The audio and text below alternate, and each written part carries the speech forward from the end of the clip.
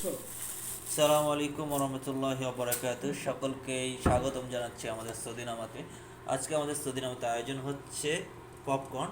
আমরা প্রথমে পপকর্নটা ঢেলে দিলাম এবং একটু একটু তেল দিয়ে নিচ্ছি এবং আমরা একটু জাস্ট 1 মিনিট অপেক্ষা করব। এরপরে দেখবো আমরা কীভাবে এই পপকর্নটা ফোটা শুরু করে এবং সাথে হালকা একটু লবণ দিয়ে দেবো যাতে একটু খেতে সুস্বাদু হয়। আমরা অপেক্ষা করছি।